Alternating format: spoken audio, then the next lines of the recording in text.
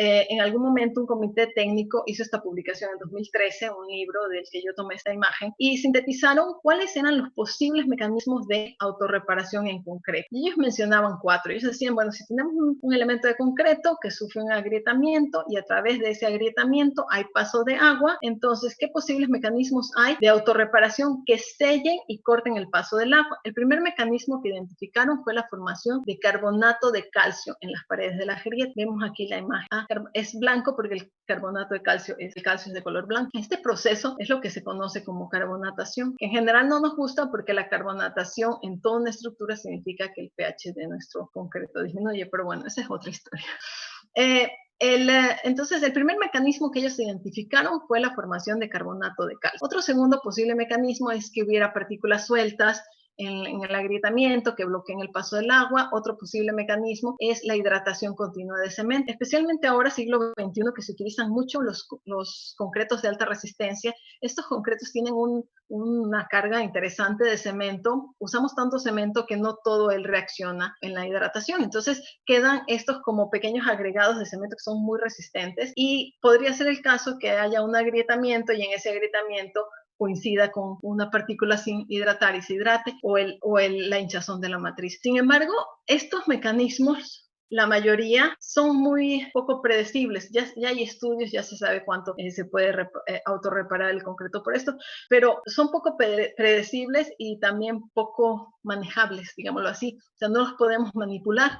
Entonces, en la Universidad de Delft se centraron en este primer mecanismo. Dijeron, formación de carbonato de calcio no necesariamente tiene que ser del cemento. Podemos también incluir en el concreto algo que genere carbonato de calcio. Y ahí es cuando entra en escena el biólogo Henk Jonkers, y él, al ser biólogo, dijo, pues hay organismos vivos que pueden producir carbonato de calcio. Entonces vamos a buscar uno de esos organismos vivos, vamos a buscar bacterias que produzcan carbonato de calcio, que es un mineral compatible con el concreto. Pero al ser el concreto un ambiente alcalino, como mencionaba hace un momento, el concreto tiene un pH arriba de 12, lo cual así debe de ser porque si es menor, compromete nuestro acero de refuerzo. Y él en ese momento también sugirió que se necesitaba que estas bacterias tuvieran una característica más, que es la posible formación de esporas. Voy a hablar sobre las esporas más adelante. Entonces él se dedicó a buscar bacterias que cumplieran con estos requisitos. Y después de un tanto de buscar, encontró dichas bacterias en un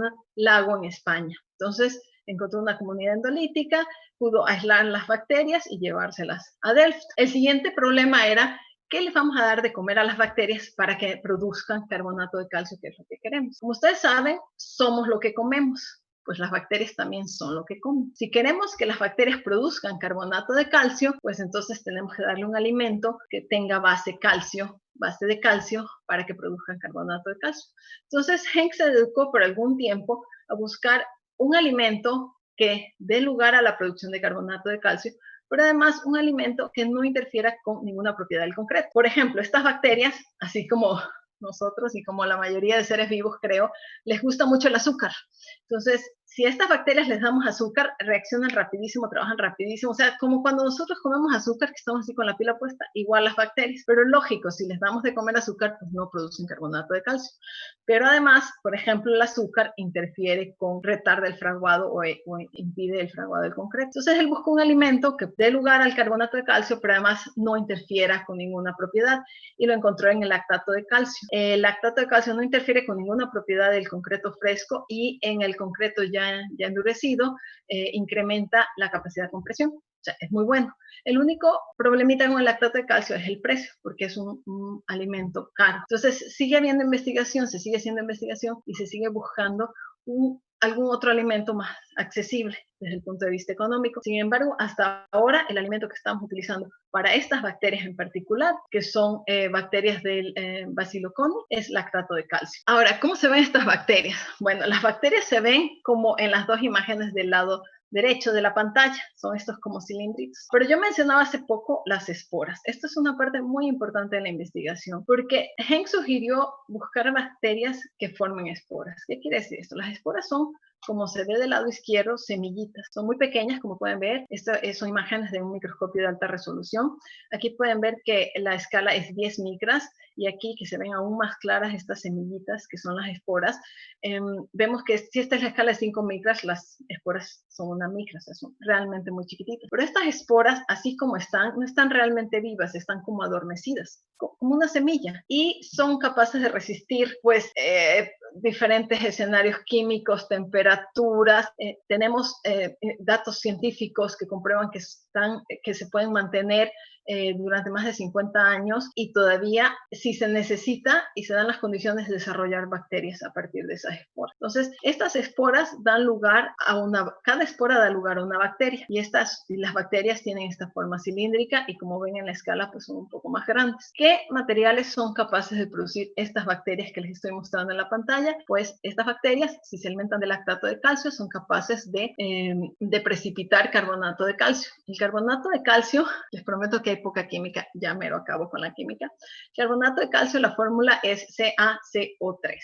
Y es un mineral que se puede precipitar, cristalizar de diferentes maneras. Hay 3 maneras principales, voy a mostrarles 2. En la parte inferior de la pantalla ven estas formas, que son la forma más común de precipitación, que se llama calcita. La hemos visto mucho en estos agrietamientos producidos por precipitaciones producidas por bacterias. Otra forma de precipitación del carbonato de calcio es la aragonita, que se ve aquí en esta imagen y en esta imagen también. Es menos común, pero es una manera de precipitación mucho más estable y mucho más resistente, una resistencia más alta. Y esta aragonita la hemos visto también precipitada debido a la actividad bacterial. Entonces, voy a saltar esto, ahorita regreso. Esta es la última lámina en que hablo de química, lo prometo.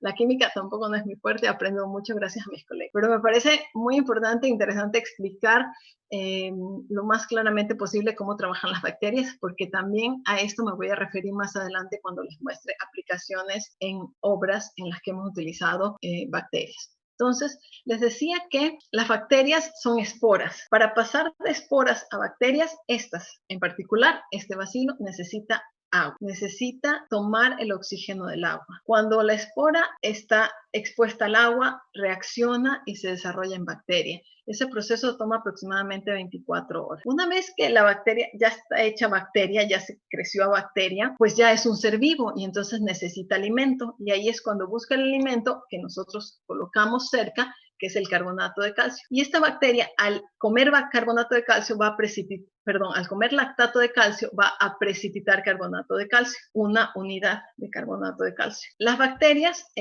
así como nosotros, respiran y exhalan. Y así como nosotros, estas bacterias exhalan dióxido de carbono, CO2. Entonces, estas bacterias van a precipitar carbonato de calcio, pero también van a exhalar CO2.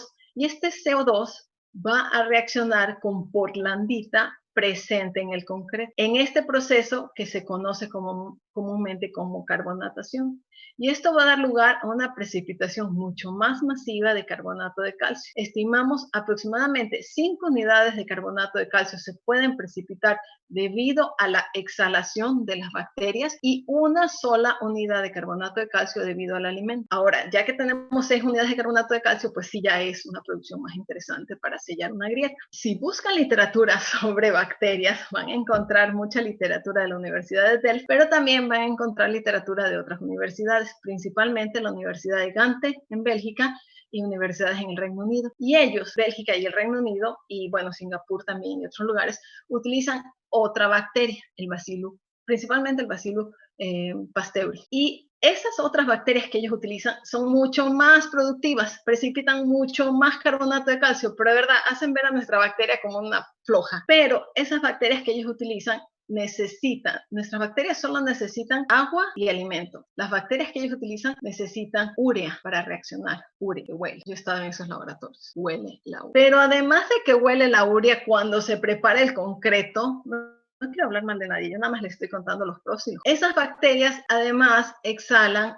amoníaco. Entonces, cuando supimos de este adelanto, de este desarrollo tecnológico en Delft, decidimos no seguir ese camino, seguir con nuestras bacterias que solo precipitan pocas unidades de carbonato de calcio, pero no queremos contribuir con más gases al medio ambiente. Entonces nosotros seguimos nuestro camino con nuestra bacteria que precipita menos carbonato de calcio, pero que ni urea ni produce amoníaco. Las bacterias en concreto. Bueno, esta imagen que tomé de mi colega Damian Powell tiene un pequeño error. Aquí deberían estar dibujadas esporas y no bacterias. Las bacterias conmigo son cilindros y las esporas son como porotitos, como frijolitos. Pero bueno, pensemos que estas eran esporas. Esas esporas no podemos colocarlas directamente en el concreto porque las esporas reaccionan con agua. No queremos que nuestras esporas reaccionen con el agua inicial durante la mezcla con cemento, arena y grava. Entonces tenemos que colocar las esporas y el alimento en algún tipo de cápsulas, como vemos en esta imagen, en algún tipo de cápsula. Y esas cápsulas sí las podemos mezclar en el concreto para que nuestras bacterias y su alimento estén aisladas y no estén en contacto con el agua inicial. Idealmente, esto es una situación ideal, tenemos nuestras cápsulas, contienen alimento y bacteria y están en el concreto y en algún momento de la vida útil de este concreto sufre un agrietamiento y a través de ese agrietamiento hay paso de agua y al haber paso de agua y entrar las esporas en contacto con el agua, ahí sí desarrollan para formar estas bacterias que vemos en la imagen. Entonces, las bacterias se desarrollan las esporas en bacterias. Hemos colocado lactato de calcio cerca para que cuando ellas ya estén activas tengan alimento y este alimento, al ellas ingerir el alimento, pues empiezan a precipitar carbonato de calcio. Y este carbonato de calcio, como es base calcio, es blanco y entonces idealmente ellos van a precipitar y precipitar y precipitar hasta sellar la grieta. ¿Qué pasa cuando sellan la grieta? Cuando se sella la grieta y ya no hay más paso de agua, estas bacterias que trabajaron para nosotros mueren. Pero antes de morir, producen una espora. Y esas esporas se vuelven a quedar aquí, almacenadas dentro de esta cápsula con el alimento que les quede. Y ese es los ciclos por los cuales podemos tener más de un evento de sellado de grietas. Esto que se los mostraba en dibujo, ¿cómo se ve en la vida real? Bueno, esta es una imagen en un microscopio de muy alta resolución, como ven aquí la escala de 10 micras. Hemos hecho un zoom, pero un super zoom en una grieta y vemos que hay mucho carbonato de calcio. Todas estas imágenes, todas estas partículas son carbonato de calcio. Pero nos llama la atención especialmente esta, porque este carbonato de calcio, no les puedo decir cuál fue el origen, pero este carbonato de calcio, esta partícula enorme, sí fue producto de la actividad de las bacterias. ¿Cómo lo sabemos? Porque las bacterias, antes de fallecer, como mencionaba, dejaron su huella. O sea, aquí estaba la bacteria produciendo y produciendo y produciendo carbonato de calcio hasta que se interrumpió el flujo de agua o se acabó el alimento y la bacteria pasó a ser espora y dejó su huella. Entonces, este fue un momento eureka. Cuando vimos la huella de bacteria fue un momento eureka, o sea, ya sí trabajan nuestras bacterias, aquí está la muestra contundente que ellas producen carbonato de calcio. Entonces, esto que ahorita lo acabamos de ver en un microscopio así muy, muy cerca, me brinqué hace un ratito una imagen, cómo se ve en una muestra de concreto, perdón, al ir y venir. Estos fueron de los primeros trabajos que hizo Henk Jonkers, incluyendo bacteria en concreto. En las dos imágenes de arriba son muestras de concreto sin bacterias, un concreto normal. Él tomó una muestra, produjo un agrietamiento, luego lo puso a curar en agua para que fuera el mismo método que una muestra con bacterias y después de un tiempo fue a ver qué había pasado. Hizo exactamente lo mismo con una muestra en la que sí incluyó bacterias y alimentos. Produjo una grieta, lo puso a curar en agua. ¿Por qué en agua? Porque estas bacterias que hoy menciono necesitan agua. Y después de un tiempo fue a ver la muestra y lo que encontró fue esto. Y he mostrado esta imagen antes y hay gente que no me cree. Les prometo que no hay Photoshop. Esta es una imagen real, no hay Photoshop. La grieta casi no se puede ver y eso es porque ahí está sellada la grieta debido a la actividad de las bacterias. Aquí todavía se alcanza a ver un poquito, acá también. Pero la grieta aquí también prácticamente se selló debido a la actividad de las bacterias en concreto. Ahora, ¿cómo incluir las bacterias? Al principio de la investigación, Henk mezcló cemento, esporas, alimento, agua, arena y grava. Y lo que se dio cuenta, pues es lo que les mencionaba, al estar en contacto las esporas con el agua inicial en la mezcla, las esporas reaccionaban a las bacterias y entonces no se producía el sellado de grietas que nos interesaba, porque ya las bacterias se habían buscado trabajar, no encontraban el alimento, en fin. Entonces se vio la necesidad que hay que encapsular las bacterias las esporas de bacterias y el alimento. Hay que encapsularlos. Y lo que él encontró como una primera propuesta fue utilizar partículas redondas de arcillas expandidas que se secan en horno. Estas arcillas expandidas acá son estas bolitas que se ven aquí en la imagen. Y estas se utilizan mucho aquí en Holanda para las plantas, para tener como fuente continua de agua en las plantas. Y entonces él dijo, bueno, estas partículas tienen una porosidad muy alta. Entonces, ¿qué tal que utilizamos esa porosidad y en esos poros colocamos las esporas y el alimento? Esporas y alimento, de ahora en adelante le voy a llamar agente de reparación para que sea más fácil. El resultado fue que en una partícula, en el volumen de una partícula, únicamente podía utilizar aproximadamente 20% del volumen para colocar ahí agente de reparación. Entonces, es un sistema poco eficiente. Además, estas partículas tienen una resistencia muy baja. Entonces, al incluirlas en concreto, pues se obtenía un concreto de muy baja resistencia. Él utilizó esto para comprobar el principio. Las imágenes que acabo de mostrarle, donde ya no se veía la grieta, las hizo incluyendo estas partículas. Entonces, él pudo comprobar que funcionaban. Sin embargo, no iba a ser posible aplicarlo en concreto porque era demasiada baja la resistencia. Entonces, en este momento, pues la investigación se diversificó en dos etapas, en dos partes. Por una parte, aquí fue un proyecto en el que trabajé yo. Busqué utilizar otras partículas igualmente porosas. Pues el resultado es que sí, encontré una partícula porosa, ya no redonda, al no ser redonda y ser angular, tenía mucho mejor adherencia con el concreto.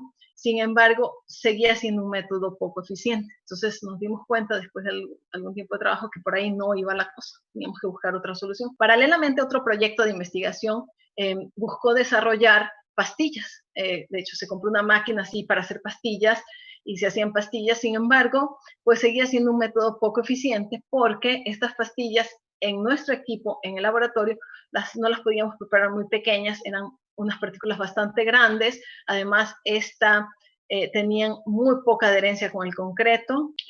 Este método no estaba funcionando. Entonces, pues llegó el momento que dijimos, ¿por qué estamos tratando nosotros de inventar cómo hacer pastillas cuando hay una industria que se dedica a eso, la industria farmacéutica? Entonces, en alianza con una empresa química, se logró desarrollar un agente de reparación, así le llamamos, que es mucho más eficiente porque las esporas y el alimento se hacen como un polvo muy compacto, muy compacto, y se recubre con un plástico biodegradable que se degrada en ambiente alcalino. Entonces, estas plas, el concreto iba incrementando su pH hasta llegar al pH 12 o 13 según el diseño del concreto.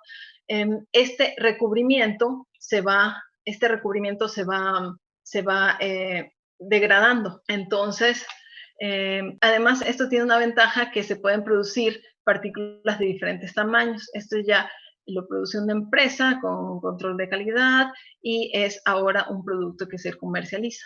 Siendo ya el sistema más eficiente que hemos logrado, nuestra sugerencia es usar de 4 a 7 kilos de agente de reparación por metro cúbico de concreto.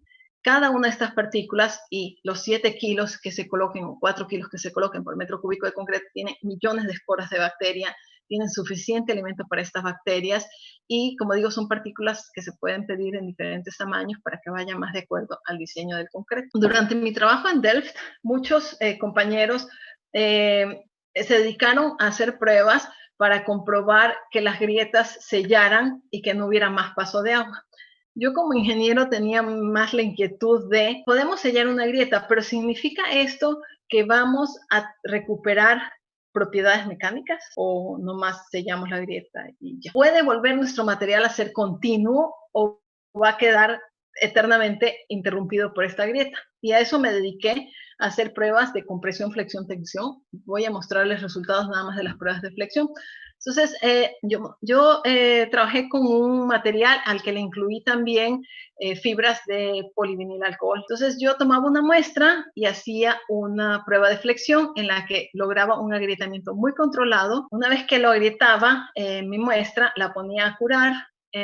Aquí vemos las muestras sumergidas en agua, porque fue el método de curado más eficiente. Durante mi investigación y de otros compañeros intentamos diferentes métodos de curado.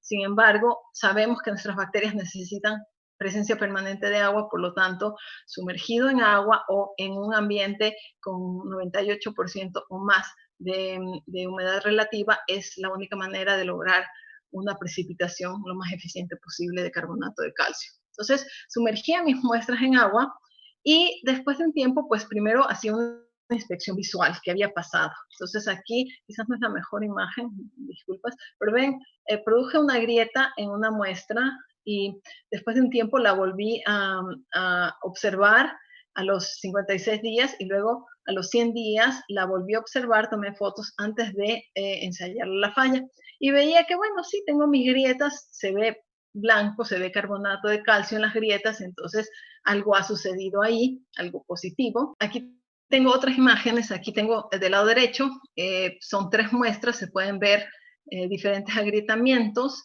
que se han sellado por la actividad de las bacterias. Y cuando yo hago imágenes, esta imagen número 1, le decía vista de frente o vista lateral, no sé cómo decirle, pero como de lado. O sea, esta es la parte del agrietamiento de mayor tamaño. Y entonces la grieta va disminuyendo hacia abajo. Entonces yo veo que tengo como un tapón en la superficie, que es exactamente lo blanco que yo veo acá. Ahora, si yo, en cambio, a esta vista desde arriba me acerco mucho con el microscopio de alta resolución, pues puedo ver mis grietas que están selladas ya a alta resolución. Y además puedo hacer eso en capas, o sea, yo iba cortando capas, que claro, al cortar la capa ya la perdía, pero iba viendo hasta dónde se había rellenado la grieta. Esto es una inspección visual bastante satisfactoria. Y si a este tipo de imágenes me acercaba yo aún más, o sea, hacía un zoom, super zoom, podía ver a la actividad de las bacterias. Entonces yo sabía que eso que se había precipitado es porque las bacterias habían hecho su trabajo y aquí están diferentes minerales, diferentes partículas de carbonato de calcio con la huella que dejaron las bacterias que estuvieron ahí. Sin embargo, vuelvo a mencionar las propiedades mecánicas, que era para mí algo muy importante. Entonces, estas imágenes son de un artículo que se publicó hace algún tiempo.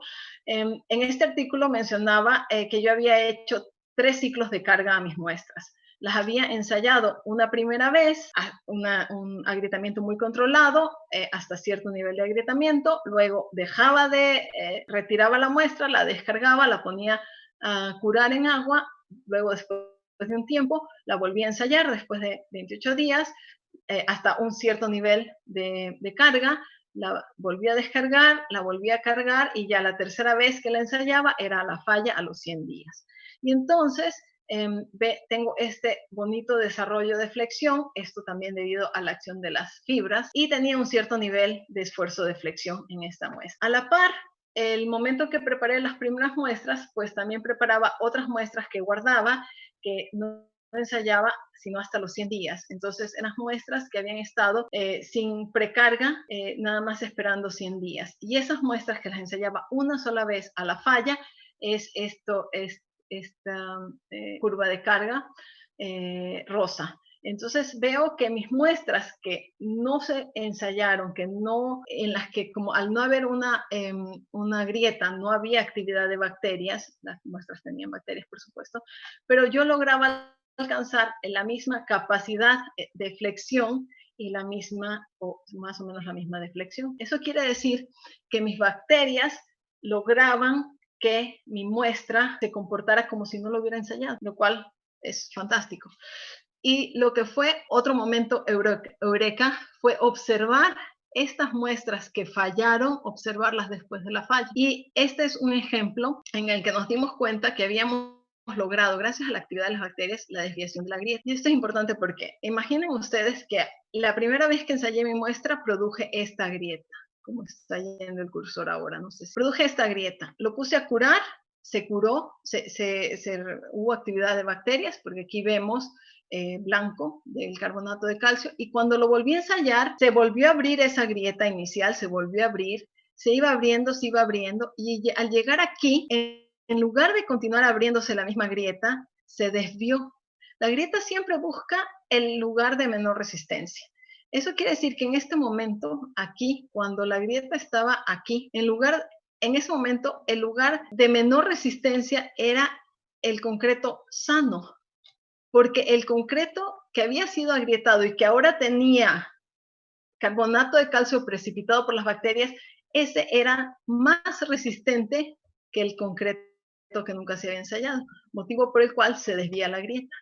Esto fue también otro momento eureka de decir, vaya, lo logramos, estas bacterias sí funcionan.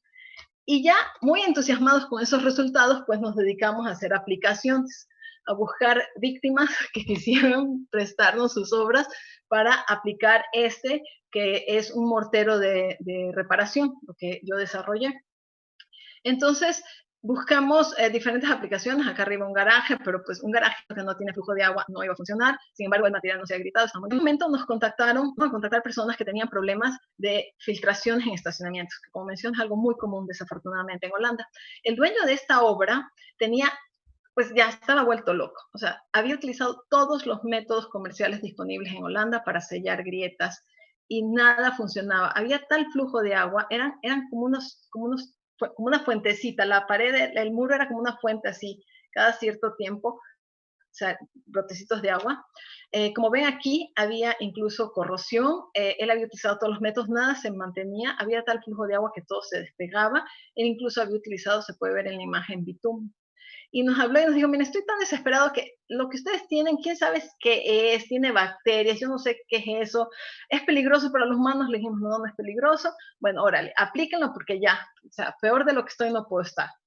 Y entonces fuimos, limpiamos lo mejor posible, retiramos lo de la corrosión y colocamos nuestro mortero y después de un mes fuimos a ver y esta es la imagen.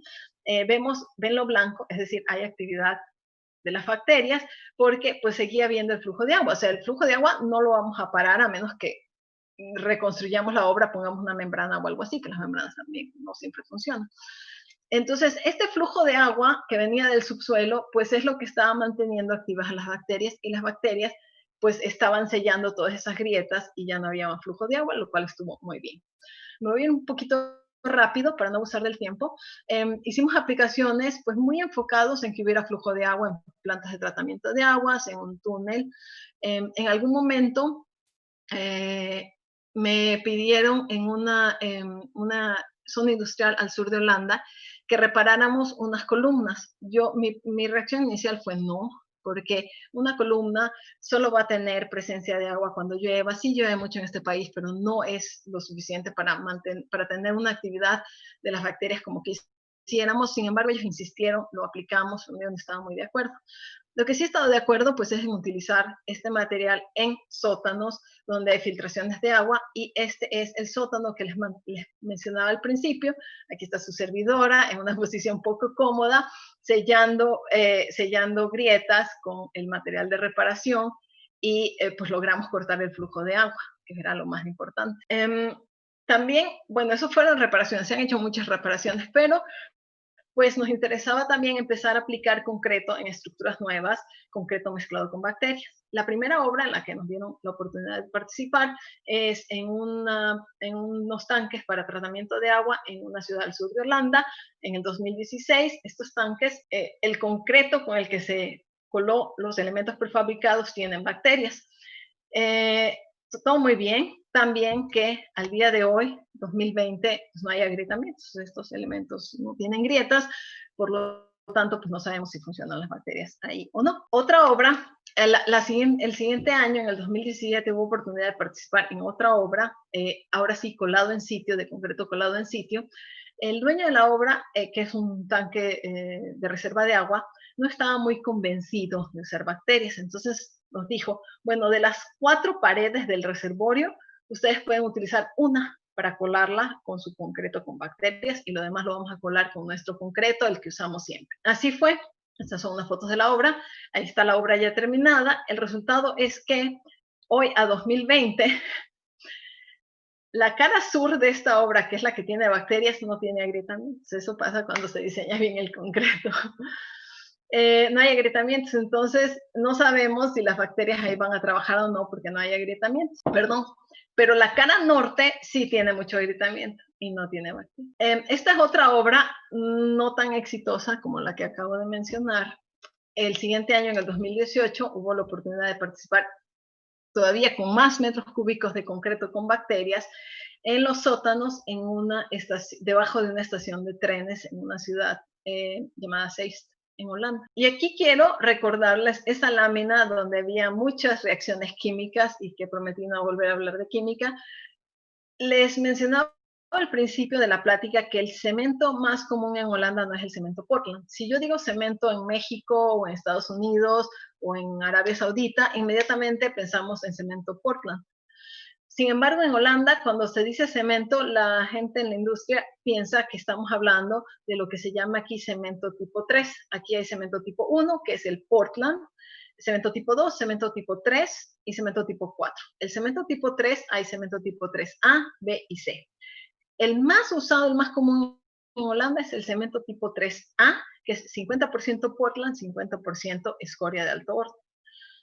En esta obra se utilizó cemento tipo 3B, que tiene 30% cemento Portland y el otro 70% es escoria de alto horno y ceniza volante. ¿Qué pasó?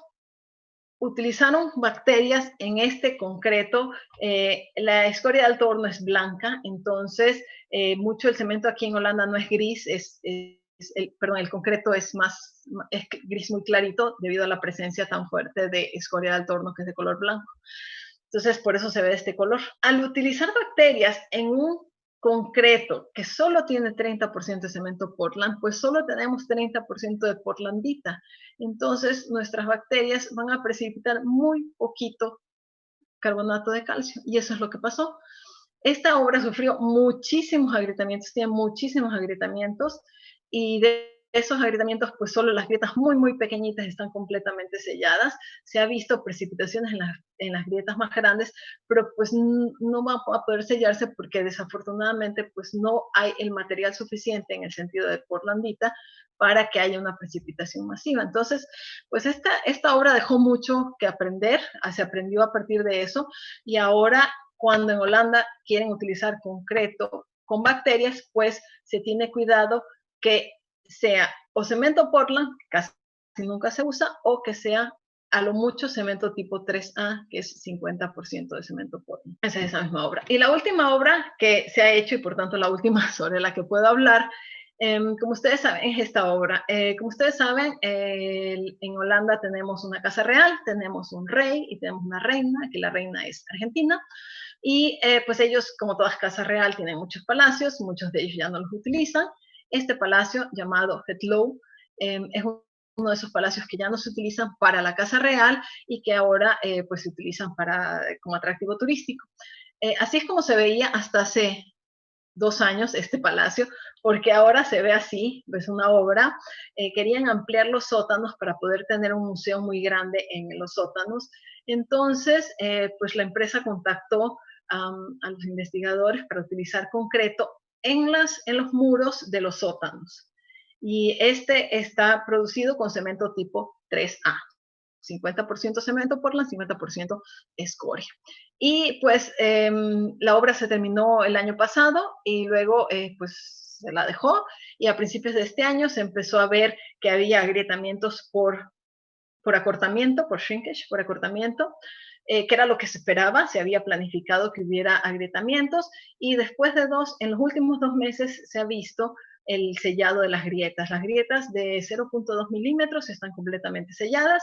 Hay grietas más grandes que no se esperaban porque se pensaba que no iba a haber tanto acortamiento, y esas grietas tienen algo de actividad de precipitación, pero no están selladas. También la carga de bacteria que se utilizó aquí pues no consideraba sellar grietas muy grandes. Entonces, eso también hay que tomar en cuenta. Y esta, pues como mencionaba, es la última obra. Quiero terminar la plática con una frase dicha por Steve Jobs. No soy la más fan, no tengo nada de Mac o Apple. Sin embargo, cuando leí esta frase me gustó mucho porque estaba trabajando con bacterias y me pareció muy apropiada. La traduje al español y es algo así como: creo que las mayores innovaciones del siglo XXI serán en la intersección de biología y tecnología. Una nueva era está comenzando. Yo estoy convencida que una nueva era está comenzando. Muchas gracias.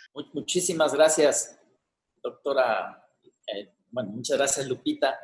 En lo que te refieres, yo primero quiero felicitarte porque pues, esta gran conferencia muy ilustrativa y además describiendo un proceso complejísimo. Has descrito un proceso bastante complejo para llevar a la práctica esta idea que podría haber como que sonado o podría haber parecido como quijotesca al origen, pero que finalmente pues se aterriza y da resultados ya en obras concretas. También da como mucho gusto ver estas imágenes de microscopía electrónica de barrido mostrando los cristales de calcita de aragonita, que es algo muy importante. Hay muchísimas preguntas. Ok, eso me gusta. Espero poder contestarlas. Varias de ellas ya las has respondido. Sin embargo, yo voy a abusar de mi papel de moderador para hacer primero una que me parece muy interesante. Destaco mucho este aspecto de la investigación, de que pues, hay muchas etapas, pero me llama la atención en que este uso del cemento tipo 3B, en el que solamente tienes 30% de cemento Portland, y lo demás es pues escoria de alto horno o bien fly ash, ceniza volante. Entonces, sí. Que eso pues es una reacción secundaria, o sea, no es esos productos van más bien a una reacción secundaria del concreto y no necesariamente ¿Eso es por una cuestión de sustentabilidad o porque el material escasea en Holanda o por qué es esa decisión de usar ese tipo de cemento? Bueno, cuenta la historia porque pues esto ya tiene muchos años de uso. Algo muy importante en Holanda es que dicen que no les gusta gastar dinero y es verdad, son buscan la economía. No les vamos a decir tacaños, digamos que buscan la economía. Entonces, yo pienso que la razón realmente va 50-50, o sea, sí nos preocupa mucho el medio ambiente, sí reciclamos, como digo, hay mucha investigación hacia dejar de utilizar energías fósiles, etcétera. Pero una parte importante de la decisión de por qué usarlo es también tocarte el bolsillo. En este caso, tocar el bolsillo de dos maneras. La primera manera, la industria del acero tenía este problema enorme que tenía estos desechos que no sabía qué hacer con ellos. Entonces tenía que pagar mucho dinero para enterrarlos en alguna parte y esa parte ya casi no hay porque de verdad aquí en Holanda o están las vacas o estamos los humanos y ya no hay más dónde, ¿no? O sea, no tenemos la suerte o la desgracia de otros países que tienen terrenos baldíos donde pueden ir a echar desechos y no pasa nada. No tenemos esa desventaja, pienso yo, en Holanda. Entonces hay que ingeniarse qué hacer con los desechos. A la industria de acero le costaba un dineral deshacerse de su escoria.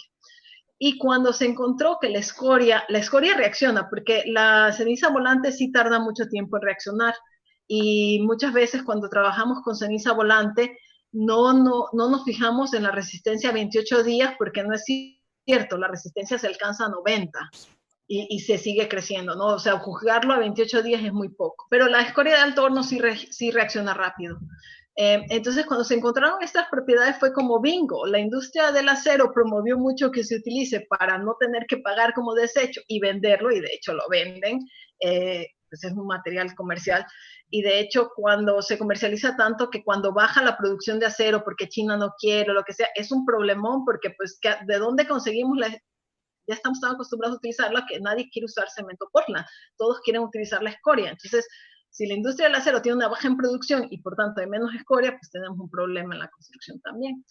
Pero va de la mano, o sea, sí no tenemos un problema de desecho, sí utilizamos esto, o sea, ya no generamos desecho y va de la mano con que es un beneficio económico. Muchas gracias por tu respuesta. Sí, yo tan solo apuntaría que nosotros desafortunadamente estamos tan atrás en esa reflexión que apenas estamos incorporando ceniza volante en ciertos casos. Una pregunta que quizá ya respondiste, pero si quieres hacer un apunte adicional, ¿se produce en el concreto un polvo blanco con la formación del carbonato de calcio?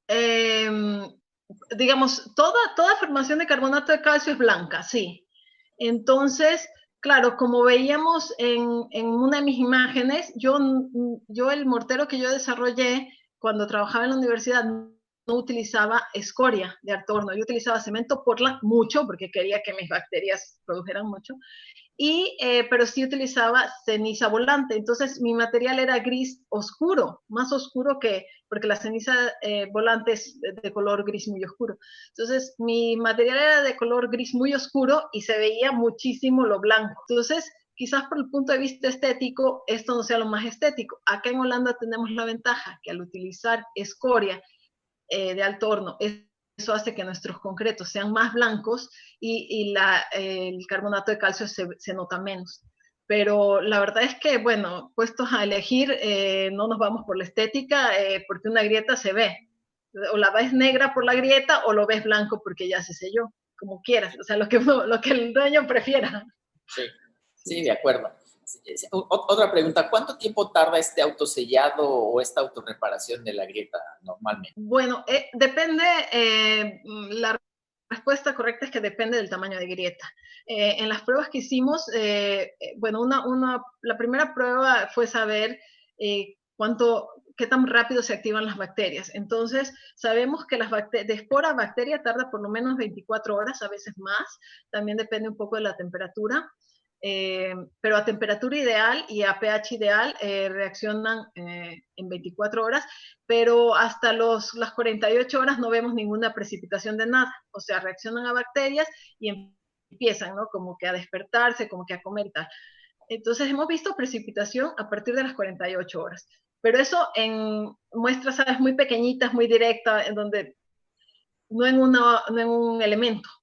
Pero para elementos, las muestras que yo mostré, los ejemplos que yo mostré, por ejemplo, que las fallaba a 100 días, yo al principio las fallaba a 28 y no estaba convencida de la actividad. Entonces fui alargando y alargando y cuando empecé a hacer muestras, a ensayarlas a 100 días, ya estaba contenta porque tenía esta desviación, porque veía que recuperaba la capacidad. Entonces, para mí, 3 meses es lo menos. Y ahorita, por ejemplo, la última hora que mostré, pues empezaron los agrietamientos en el invierno, en enero, febrero, y ahora julio, y bueno, a partir de mayo más o menos se empezaron a ver actividad, ya, o sea, se empezaba a ver un poco blanco, y ya ahora más o menos ha tomado 2 meses. Entonces sí lleva un tiempo a que desarrollen, pero realmente sellar una grieta va a depender del tamaño de la grieta. Muy bien, muchas gracias. Y bueno, un poco en ese sentido del tiempo de sellado y este proceso, nos preguntan que cómo se afecta la rigidez o módulo de elasticidad del concreto después de que las bacterias sanan esa grieta. Bueno, eso fue lo que quise yo explicar con mi experimento, porque la flexión es algo de lo que estamos más familiarizados, no siempre tenemos elementos que trabajen a tensión directa. Tanto para compresión como para flexión, pues yo lo que vi fue una recuperación de las propiedades, pero yo trabajaba incluía fibras, entonces también la fibra colaboraba a esta recuperación de las propiedades. En elementos que no tengan fibra, pues en primer lugar, lo han hecho muchos colegas, en primer lugar es muy difícil controlar la grieta. Yo usaba fibras pues justamente para tener grietas muy controladitas. Pero en elementos que que no tienen fibra, pues tenemos nada más el acero de refuerzo y desde el momento del ensayo en el laboratorio es muy difícil controlar un tamaño de grieta. Entonces uno termina con muestras con grietas de todos los tamaños que es difícil comparar. Y al tener grietas de todos los tamaños también es difícil comparar si recuperas propiedades o no.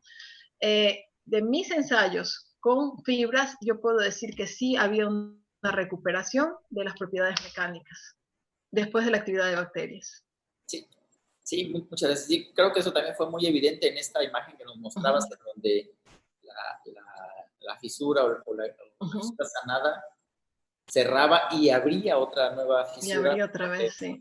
La fisura siempre busca, como bien dices, el eslabón más débil para claro. propagarse. Ahora, no sucedió en todas las grietas, claro, me hubiera encantado, pero sí lo vimos más de una vez en más de una muestra, entonces, bueno, puede suceder.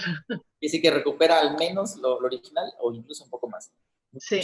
Bueno, alguien nos pregunta que dice que tiene una empresa de bacterias para tratamiento de aguas residuales y pregunta cómo se pueden adquirir estas bacterias o que puedas dar más información para la aplicación de esta innovación.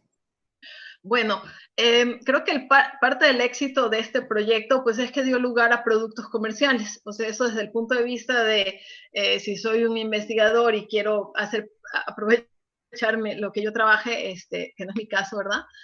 Pero se llegó a desarrollar un material comercial. Entonces, en este momento es un material comercial. En las últimas imágenes mencionaba la empresa que lo comercializa, que se llama Basilisk, ya me eché un gol. Pero ellos lo comercializan, o sea, ellos venden estas partículas que tienen las esporas y el alimento muy compacto, recubierto con un film. Y otro camino por andar, pues es un biólogo que aísle una bacteria similar y la empiece a alimentar con lactato de calcio, o sea, también se puede hacer. Es un camino más largo, pero bueno, también se puede hacer. Muchas gracias. Bueno, te pediría entonces si podrías regresar la lámina donde están los datos o incluso tus datos, porque ahí nos preguntan aquí recurrentemente dónde te podrías... Sí, bueno, en las láminas, no sé si se fijaron, pero abajo estaba mi correo, pero aquí es una de ellas, sí, de por las láminas favor, donde está mi para correo. que puedan Sí. como que contactarte.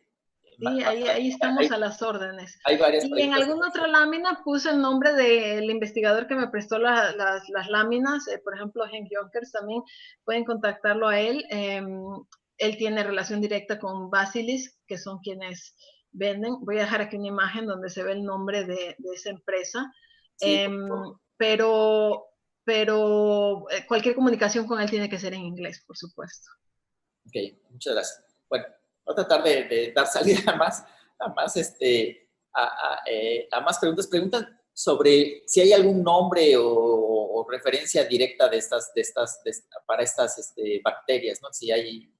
Pues, bueno, el nombre en inglés es Healing Agent y es Healing Agent de Basilisk.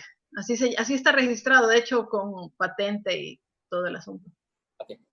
Luego, sí, también preguntan, voy a tratar de compartir algunas preguntas, preguntan que esto podría tener mucha aplicación en pisos industriales, por su naturaleza siempre hay muchas fisuras.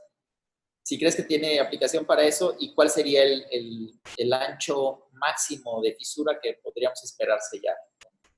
Bueno, la respuesta es sí se puede utilizar, pero como ha avanzado la ciencia, o sea, al día de hoy, solo estas bacterias necesitan presencia continua de agua. Entonces, mi consejo es pueden utilizarlas en obras donde hay flujo continuo de agua, presencia continua de agua, como canales de riego, como hemos visto aquí las obras tanques de reservorios de agua, o los sótanos que en Holanda, como digo, desafortunadamente es un flujo continuo de agua que no debería ser, pero así es.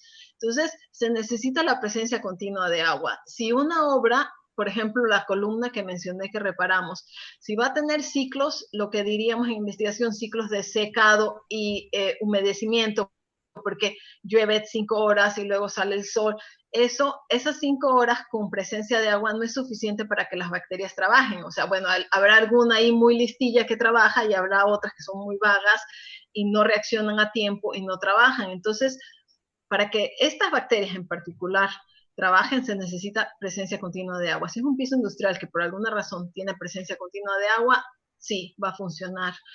La cantidad, ¿cuánto pueden reparar? Pues depende claro, el tamaño de grieta.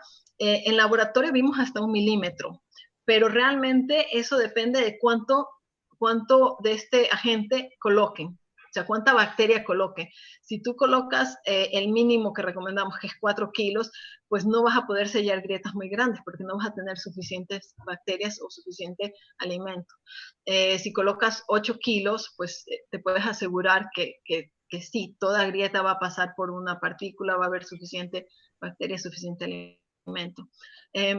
Pero como digo, o sea, realmente es muy importante a cómo está el avance tecnológico hasta ahora, solo utilizarlo en presencia continua de agua.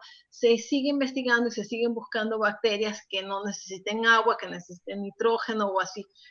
Todavía no hay nada, o sea, todavía nada, esta es la única que ha trabajado bien hasta el momento, pero pues hay esta limitación muy grande, ¿no? Que es la presencia de agua. Sí, muchas gracias. Eso quiere decir, digo, es como para completar la pregunta, que que esas zonas, hay muchas obras costeras donde tienes la zona de splash, en donde pues pero ese mismo splash por la oxigenación luego degrada el concreto. En esos casos que es como la presencia de agua es intermitente. Bueno, es intermitente, pero la humedad es tan alta que sí pueden funcionar. Okay. Sí, lo único que hay que tener en cuenta es la salinidad, o sea, ante la salinidad trabajan un poquito menos. Hay varias limitaciones, como digo, pienso que se ha avanzado a pasos agigantados y ha sido un proyecto bastante exitoso, sin embargo hay muchas limitaciones.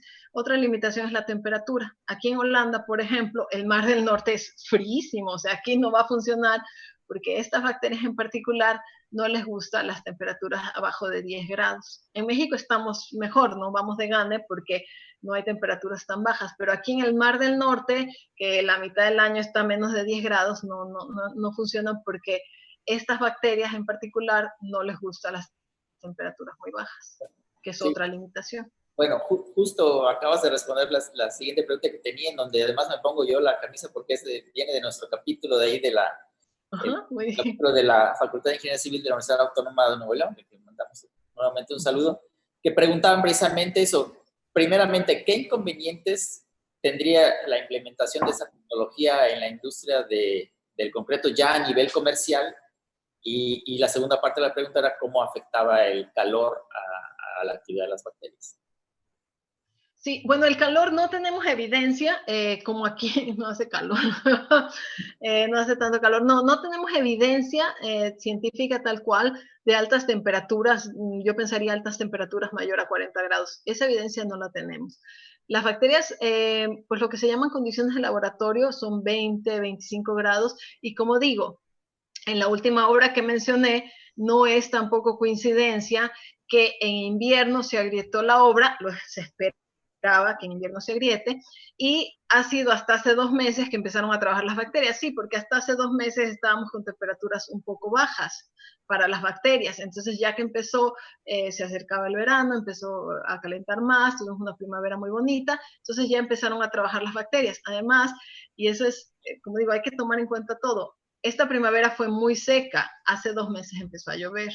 Pero bueno, el sótano también requiere, toma agua del nivel freático, pero al no llover, pues el nivel freático también baja. Entonces, es todo un conjunto.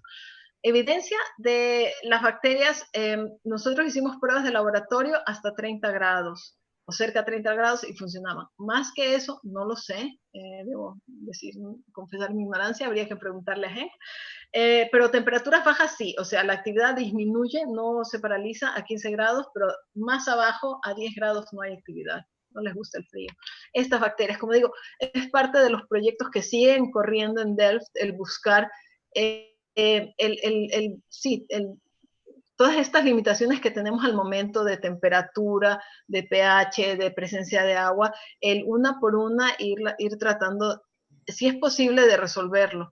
Porque una opción que se ha pensado pues es buscar otras bacterias y que trabajen en conjunto. Entonces, que las partículas, que las cápsulas tengan un cóctel de bacterias, entonces haya una que trabaje en frío y haya otra que le guste el calor y haya una que le guste la salinidad del agua y a otra no, y entonces un cóctel donde se cubra un espectro mucho más grande. Al ser las esporas tan diminutas, se pueden poner muchas esporas en unas partículas. Bueno, un poco en ese sentido, ahorita que mencionas esto del frío, nos preguntan, que me parece interesante pregunta, si el trabajo de estas bacterias ejerce justamente algún tipo de presión interna en el concreto, como lo produce estos ciclos de congelado, descongelado, que son muy nocivos para el concreto. No, porque realmente, bueno, tenemos que pensarlo de esta manera. Estamos hablando de algo muy, voy a poner otra imagen de nuevo, de algo muy, muy localizado, ¿no? O sea, estamos hablando de un agrietamiento. Si no hay agrietamiento, no hay actividad bacterial, en primer lugar, de estas bacterias. Entonces, mientras ellas estén adentro de la partícula, no pasa nada. Y esta era la imagen que quería mostrar. Una vez que hay agrietamiento, pues empiezan a depositar el carbonato de calcio. El carbonato de calcio no se expande, o sea, ya que se precipita es de ese tamaño y ya. Agua sin agua no se deseca, o sea, es un cristal, una formación mineral cristalina. Entonces, ya que se precipita, que se ha precipitado en la grieta, como lo pusimos aquí en dibujito, pues ese mineral no va a expandirse, no va a ejercer presión. Y si se sella la grieta, pues ya no hay paso de agua, entonces las bacterias pues vuelven a ser, bueno, mueren y vuelven a ser esporas, entonces ya no hay actividad. Entonces no tenemos este riesgo cuando se trata, por ejemplo, de ahora que hay los polímeros superabsorbentes que absorben y absorben y absorben y crecen y expanden. En este caso no, porque solo hay precipitación cuando hay presencia de agua. Y lo que precipitan no es un mineral expansivo, o sea, se precipita y ya está. Y se busca es que se selle totalmente la grieta. Ahora, en los ensayos que yo hice y que recuperé propiedades mecánicas, como digo, tenía ayuda de las fibras. También se está buscando establecer si esas propiedades mecánicas se pueden recuperar en materiales en concretos que no tengan fibra, porque entonces sí vamos a poder evaluar qué tan fuerte es esta conexión. Porque hemos hecho pruebas también en el nano indentor, así se llama, que es pues como una punzada controlada, pero a nivel nano, o sea, realmente no, ni siquiera microscópico más chico. Entonces, con el nano indentor, lo que hacemos es lo que voy a hacer con el cursor, pues pinchar aquí y tener un registro de fuerza, y pinchar acá y tener otro registro y entonces comparar. Aun cuando tenemos un valor para esto, cuando trabajamos con más de un material, y ahí sí nos tenemos que ir al nivel microscópico y pensar que el concreto no es uniforme. El concreto, como se ve en esta imagen, no es uniforme. No es uniforme. O sea, el concreto es un medio que tiene, como lo he mencionado tanto el día de hoy, tiene grava, tiene, aquí vemos, tiene vacíos.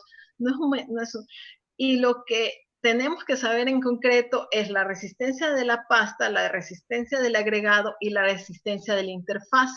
Aquí también podemos evaluar, o se puede evaluar, cuán resistente es el carbonato de calcio. Lo más importante es qué tan resistente va a ser esta interfaz. Esta interfaz, qué tan adherido está ese carbonato de calcio con mi concreto. O sea, no importa si yo lo pincho aquí, tengo un valor. Lo importante es, si llega a haber una fuerza lateral, vertical, lo que ustedes quieran, de flexión, qué tanto trabajan en conjunto estos dos. Eso es lo importante, que todavía no se ha determinado. Como digo, yo tuve resultados muy, muy interesantes porque tenía esta ayuda magnífica de las fibras que realmente me ayudaban a puentear todas las fases. Pero el interfaz es muy importante y ese todavía no sabemos qué tan resistente es. Muchas gracias. Sí, justamente había ahí todavía varias preguntas en relación a eso de por qué usar las fibras. Creo que ya has respondido de manera implícita ahorita de por qué en tus ensayos usabas concretos con fibras. Y nos preguntan, voy a compactar varias preguntas en una. Si es posible estas bacterias, adicionarlas ya desde la mezcla seca del concreto o del cemento, y también ¿qué recomendación darías tú para el caso justamente en que haya ambientes secos con fisuras? ¿Cómo sellarlas en tanto que las bacterias no podrían aplicar? Bueno, sí, la idea es esa, ¿no? O sea, la idea es que las bacterias, si alguien quiere usar las bacterias y tiene su diseño de concreto y quiere hacerlo, ¿sabes? Como muy por su cuenta, pues nada más adquiere las bacterias y entonces él solito va echando. Pero también eso puede ser un trabajo en conjunto, ¿no? O sea, que en el diseño ya venga desde la planta mezclado con las bacterias. Porque como digo, al estar encapsulados, están protegidas. Entonces se puede usar en seco, en tener una bolsa de cemento ya con bacterias, con partículas de bacterias, o tener las bacterias y en el momento de la mezcla añadirlas. No es ningún inconveniente a como hemos llegado al material el día de hoy. Perdón, ¿cuál era la otra pregunta? No, ¿qué recomendación podrías dar justamente cuando el ambiente no se puede tener las condiciones de humedad que bueno, en este trabajo, en estos años que trabajé en la universidad, hubo otro proyecto paralelo al mío que desarrolló un sistema líquido. Y ese sistema líquido tiene dos componentes que así se venden por separado. Y digamos que trabaja como un sellado de fisuras. O sea, uno tiene una fisura y entonces va y mezcla esto y también puede ser actividad bacterial. También hay otro investigador que está trabajando al momento eh, ay, ¿cómo se dice? Uy, no me acuerdo el nombre, perdón, pero hydrogels, hidrogeles, hidrogeles un que hidrogel que sí, sí, para mantenerlo. hidrogeles debe ser, no sé si haya un nombre apropiado, pero hidrogeles, lo traducimos ahorita, que también esa es la idea, que no, bueno, necesitan un humedecimiento inicial nada más, o sea, digamos que si este fuera el hidrogel, en lugar de ser la partícula que usamos ahora, si este fuera el hidrogel, inicialmente con una vez que haya agua, pues ya el hidrogel se expande y cubre la grieta. Este proyecto fue financiado a partir de utilizar bacteria, entonces este cuate está utilizando hidrogel y bacteria, pero realmente el hidrogel crece tanto y que ya, o sea, ya para qué la bacteria. Sí, son entonces, mientras mantiene humedecido el hidrogel, trabaja la bacteria. En el momento en que se seca, el hidrogel se mantiene porque se contrae poquito, pero no tanto. Pero ya se selló la grieta, pues es lo que le decimos. O sea, claro, tienes que poner la bacteria porque por eso te financiaron tu proyecto, pero en realidad ya con el hidrogel ya cumpliste. Entonces, hay otras soluciones de las que desafortunadamente no soy experta. Si están muy interesados, también podría yo dirigirlo a quien sepa más. Pero hay otras soluciones cuando el ambiente es totalmente seco. Sí, sí, son esos productos hidrófugos que se expanden y expanden en cristales y eso. Que es, quizá es ese. Bueno, una pregunta que también me parece muy interesante. Si es posible generar varios ciclos en de ciclos de sanación, muy atinadamente usan esa palabra aquí en la película. Es decir, sí, de sanación. Realmente, varias veces puedes.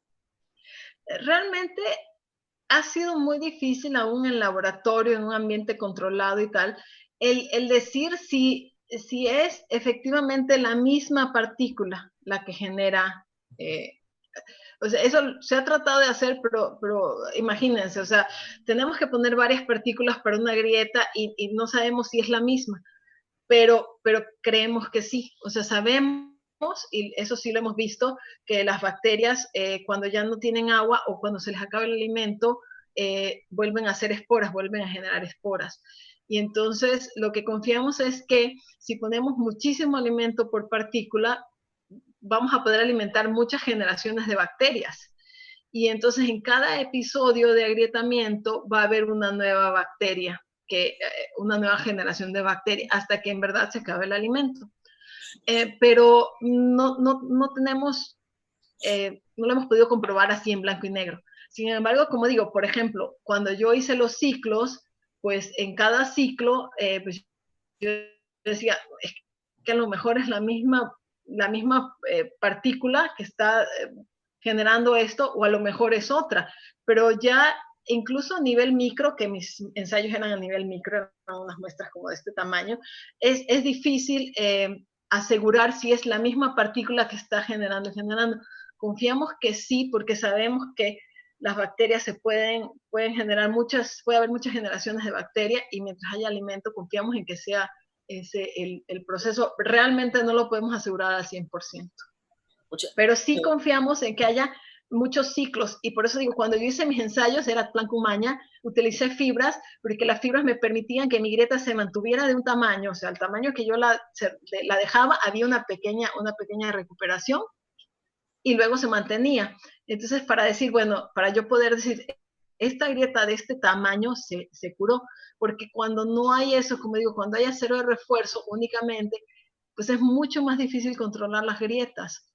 Entonces, lo que han hecho muchos compañeros, pues sí, poner alguna varillita, pero producen una grieta del tamaño tratan de controlarla pues del tamaño que quede, y entonces es muy difícil esa grieta volverla a ensayar.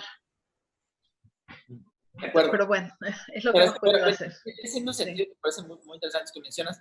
También aquí nos preguntan que normalmente las bacterias crecen en un medio ácido y que qué complejidad o qué problemas tuviste para colocarlas en un medio alcalino. Y aquí yo añadiría, además de ese problema de pasar de tener las bacterias en medio alcalino en lugar del medio ácido que es idóneo para ellas, si el estado de esfuerzos del elemento no inhibe o promueve o cómo afecta el estado de esfuerzos propio del elemento en el trabajo de las bacterias. Bueno, las bacterias, como digo, lo primero que se buscó fue bacterias que les gusten el ambiente alcalino. Estas bacterias solo les gusta el ambiente alcalino y eso también hicimos muchos ensayos ¿sabes? Muy focalizados, con muy poquitas bacterias, con un ambiente muy controlado el pH, y lo que comprobamos fue que las bacterias, bueno, lo voy a contar como un chiste, porque ese chiste lo aventé yo, me parece muy bien. Las bacterias son como yo. A las 7 de la mañana estoy dormida, o sea, no hay quien me levante, estoy dormida, no trabajo. De 7 a 9 como que me empiezo a activar y tal. A las 9 de la mañana para mí, 9 de pH para las bacterias, ya estoy con la pila puesta y empezamos a trabajar. De pH 9 a pH 12, estas bacterias trabajan una maravilla. Trabajan, comen, precipitan, etc. Yo también. Pero a las 12, que acá en Holanda es la hora de la comida, comemos muy como agricultor, con mucho respeto, porque pues los agricultores nos mantienen alimentados, así que todo mi respeto para ellos y su trabajo arduo. Pero yo también a las 12 ya me da hambre, entonces ya bajo mi actividad hasta que como por ahí de la 1, que son las 13. A pH 13 ya las bacterias siguen trabajando, pero trabajan menos, son menos activas, y a las 2 de la tarde, si no he comido, ya se acabó, ya no puedo. O sea, ahí en eso sí ya se me fue lo mexicana y no puedo comer tan tarde. Y al pH 14 las bacterias ya no trabajan. Entonces, tenemos esta ventana de pH de 9 a 12, donde son súper activas, súper eficientes, muy productivas. Antes de 7 no hacen nada, de 9, perdón, de 7 a 9 por ahí alguna, que siempre hay alguna rebelde que quiere trabajar. Antes de 7 no hay nada, están totalmente adormecidas, no reaccionan, y después de 14 tampoco. O sea, ya después de 14 es un pH demasiado alto para ellas. Entonces tenemos esta ventana de 9 a 12, son muy eficientes, la podemos alargar hasta 13, pero hasta ahí. Y antes de eso no. Ahora, al ser unas bacterias que solo les gusta ese ambiente alcalino, no son peligrosas para nosotros los humanos, porque nuestro cuerpo está a un pH mucho más bajo. Entonces, al ser esporas tan pequeñitas, sí había, no, o sea, nadie va a poder comprar esporas sueltas, no, por lo menos nada relacionado con DELF las vende, si las compra en otro lado, no sé, pero nos hemos hecho muy responsables de no vender esporas sueltas. Bueno, nos hemos hecho, suena a muchos, yo no tengo nada que ver con eso, pero bueno, la compañía que las vende no vende esporas sueltas, porque las esporas son tan pequeñitas que sí pueden entrar a los pulmones, y eso puede ser, como cualquier material que entra a tu pulmón, puede ser peligroso. Entonces, cuando nosotros trabajamos con esporas, sí nos poníamos mascarillas, que ahora es muy común. Sin embargo, el material, como digo, como está protegido por un film que solo se deshace en un pH alto, pues no es un riesgo para los humanos. Entonces no se necesita vaya, es más peligroso el cemento, que también puede entrar a nuestros pulmones. Pero no significa ningún riesgo para los humanos, no trabajan en ambientes ácidos, solo están como esporas, sin reaccionar, sin hacer nada, a menos que el pH suba a 9. Perfecto. Muy bien, muchas gracias. Oye, es que yo de antemano me disculpo con todos, le haremos llegar las preguntas a la doctora Guadalupe Sierra, porque no vamos a poder sacar todas las preguntas. Te pido, Lupita, si nos das favor de poner otra vez tu slide donde está, tu lámina donde está tu correo. Y para ir cerrando, quizá solamente un par de preguntas últimas. Una que pues es muy, muy interesante es el costo. ¿Cuál es el costo de estas adiciones de bacterias? Y si son las mismas bacterias que se usan en minería para extracción de oro o esa clase de elementos, o son bacterias diferentes, que creo que van en un sentido del costo la pregunta. Híjole, si son las mismas no lo sé, porque no sé nada de minería, entonces no puedo opinar al respecto. Como mencionaba, las bacterias que nosotros utilizamos, que otros investigadores no utilizan otras, las que la Universidad de Delft ha utilizado son las bacterias que son el Bacilo coni. Y estas, bueno, eso quería decir, no sé en minería cuáles se utilicen.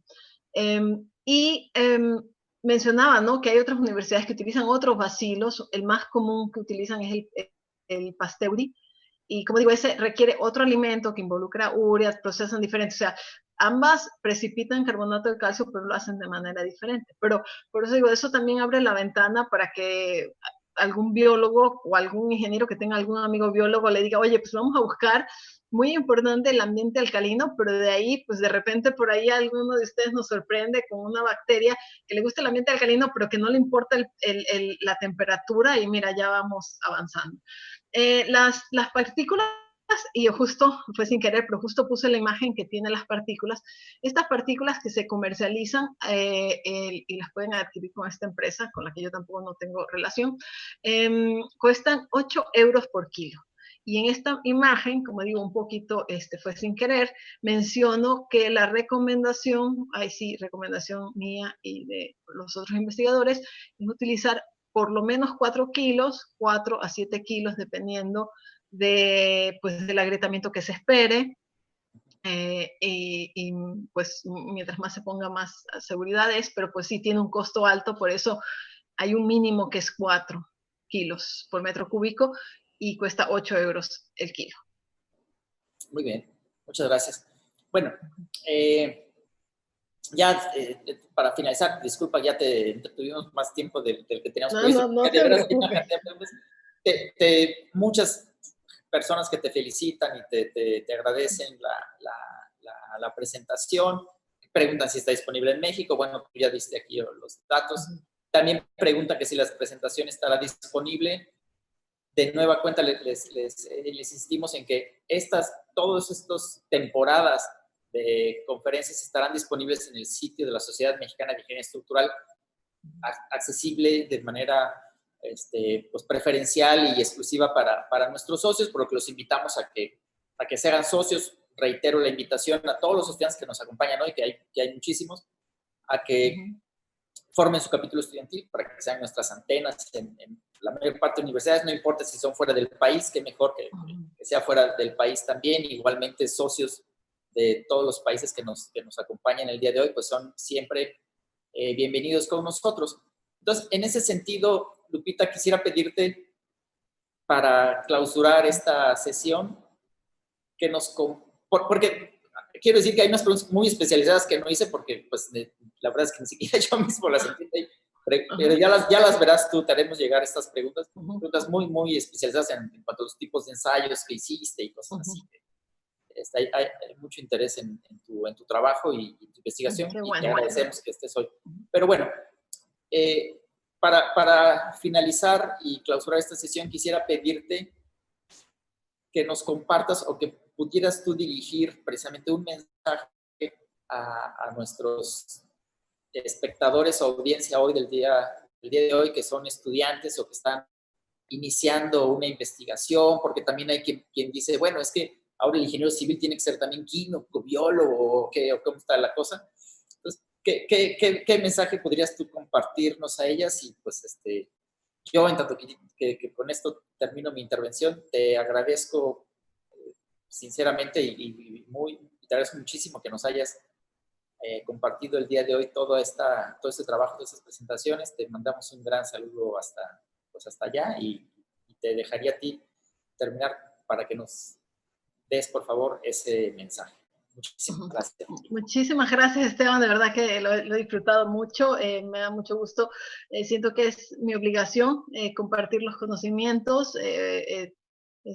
Vaya, hacemos investigación y queremos que la gente sepa los resultados. Creo que esto también es importante tenerlo en cuenta, no quedarnos callados, sino compartir. Y algo que espero haber logrado hoy, ojalá, queridos estudiantes, es inspirarlos a pensar más allá de las aulas, a pensar más allá de lo tradicional, a buscar soluciones, porque de nuevo voy a nombrar a Steve Jobs y quizás ustedes son más fans de él que yo, pero esto que dijo me parece fantástico, o sea, tenemos que buscar la intersección no solo de una rama de conocimiento. Y eso no quiere decir que nosotros vamos a ser expertos en mil cosas. No, yo no lo soy. Cuando hay un problema de biología, le hablo al biólogo. Cuando no entiendo la reacción química, le pregunto al ingeniero químico. Cuando había un problema en la parte mecánica, al ingeniero mecánico. Lo importante quizás no es saber, sino saber a quién preguntarle. Pero lo que quisiera decirles ahora es, tienen tantas herramientas actualmente, la sociedad va a demandar más de ustedes, no solo que busquen soluciones, pero que busquen soluciones sustentables, que busquen soluciones que realmente aporten a dejar una huella más leve en nuestro medio ambiente. Pienso que todo es posible porque una nueva era está comenzando, porque esta situación del COVID también nos ha hecho repensar, replantearnos nuestra manera de vivir y de comunicarnos y de transportarnos y todo. Pienso que si están estudiando, tienen la maravillosa edad y oportunidad de comerse al mundo. Entonces, quiero que se lo coman, que busquen dentro de la ingeniería civil, que es maravillosa y que nos da tantísimas herramientas, que busquen el área que más les guste, que en verdad lo mejor suena si no lo busquen hasta encontrarlo. Si tienen una idea, crean en ella, crean en usted y busquen cómo lograrlo. Y digo, si no es en su entorno, que ojalá así sea, lo busquen fuera, lo busquen en la industria privada, lo busquen en diferentes universidades. Se puede. Y se pueden comprobar ideas increíbles. También a veces se aprende equivocándose y a lo mejor tu idea no era la correcta, pero buscando la interacción con otros colegas, la interacción con otras profesiones, puedes darle luz a una idea. Entonces, lo que les pido es que busquen esas soluciones fantásticas dentro y fuera de la ingeniería civil, se apasionen por ella, luchen por ella, y estoy segura que lo van a lograr. Muchísimas gracias, Lupita. Me parece maravilloso este mensaje que nos acabas de compartir, que además retrata de cuerpo entero tu persona, tu trayectoria, lo que has hecho y cosas que te interesan. No tenía yo ya pensado intervenir ya finalmente, pero es que se me pasó comentarte que dentro de los saludos creo que vale la pena destacar que te manda saludos el maestro de ingeniería Javier Alonso, que miembro de nuestro consejo consultivo, a quien agradecemos que nos haya acompañado el día de hoy, y el doctor Luis Esteva, de nuestro ingeniería de la UNAM, que también maravilloso, muchísimas gracias. No quise, lindos saludos, muchas gracias. No quise dejar de mencionarlo. Bueno, pues como les digo, haremos llegar sus preguntas a la doctora Lupita y pues agradecemos a todos que el día de hoy nos hayan acompañado. De nuevo, un gran saludo y un abrazo hasta allá, Lupita. Muchísimas gracias. Muchas gracias. Muchísimas gracias a todos. Hasta luego.